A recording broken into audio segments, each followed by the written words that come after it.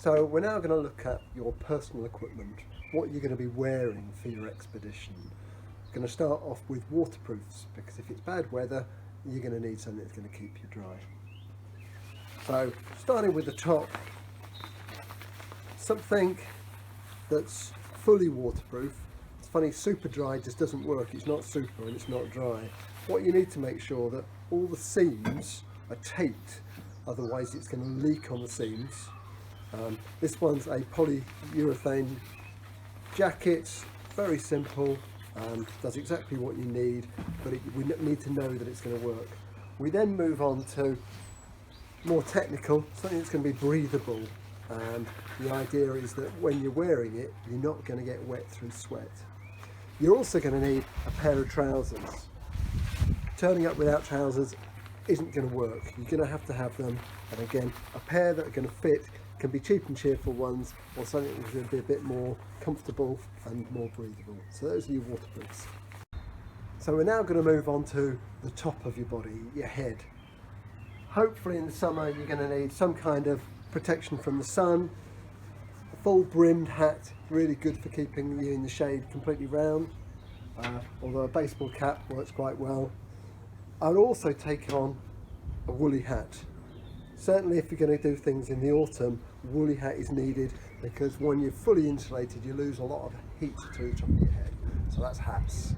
So moving down from hats, we're now talking things you're going to wear on the top half of your body. If we start with some kind of warm jacket, this one's windproof, nice and lightweight. So it's going to take the wind, stopping it going through, works really, really well. And if we work on a layering system, we can then move on to some kind of fleece. This is quite thick and chunky. Got to be careful with fleeces, the wind goes straight the way through them, so on their own they're not very warm. We can then move into a lightweight fleece that goes underneath my windstopper there, something that's going to be warm, really quick drying.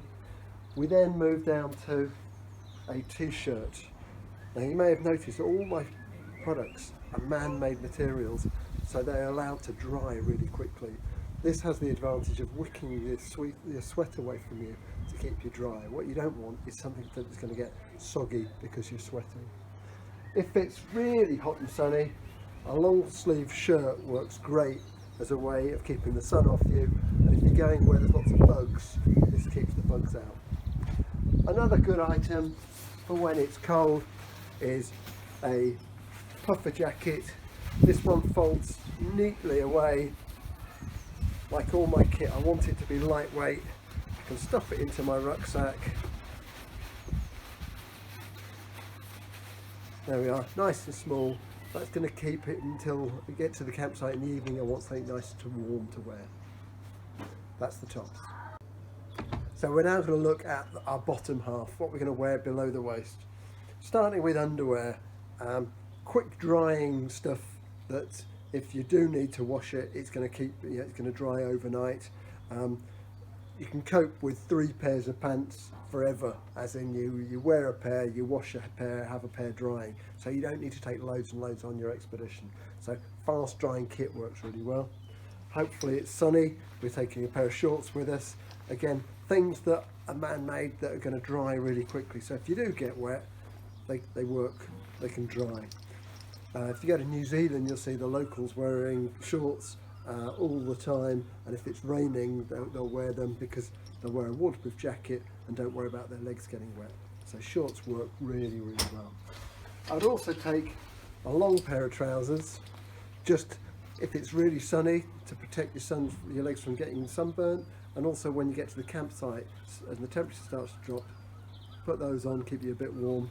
Or when you get to the campsite and there's lots of bugs, something to stop the bugs biting you rather than using DEET or something like that. If you're going out in a bit colder time of year in the autumn, these a bit more fleecy, keep you really, really warm on a cool night. Great for sitting around the camp in the evening. I would also take a pair of long johns. More about those later on, but they give you the ability to wear underneath your pair of shorts and keep you warm. So that's your bottom half.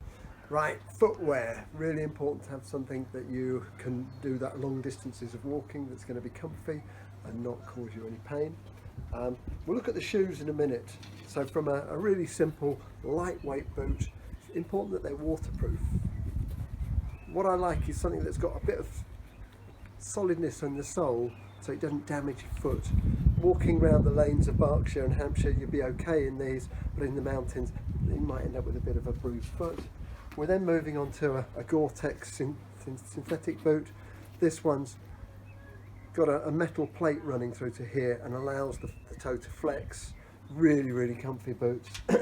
We'll then move on to leather ones. These could do with a bit of looking after, couldn't they? Certainly not very polished, but these are traditional walking boots. Take a little bit of looking after, but they'll last for a long, long time.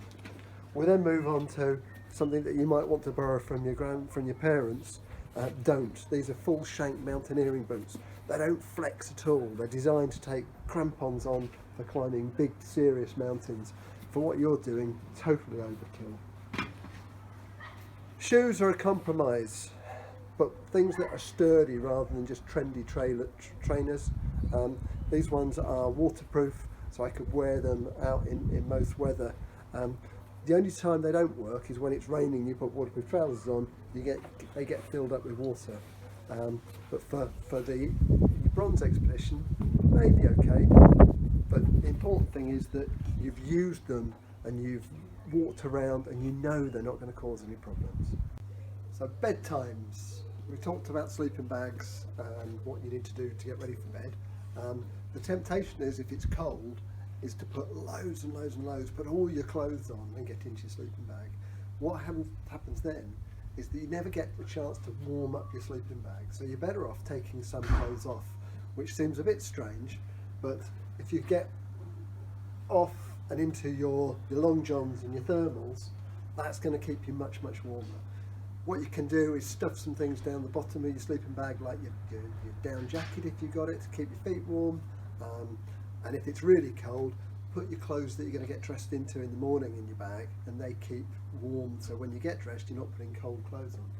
You can also put a pair of socks on to keep your feet nice and warm, and your woolly hat. Another piece of kit that's worth using is a balaclava, something that's going to pull down over your neck.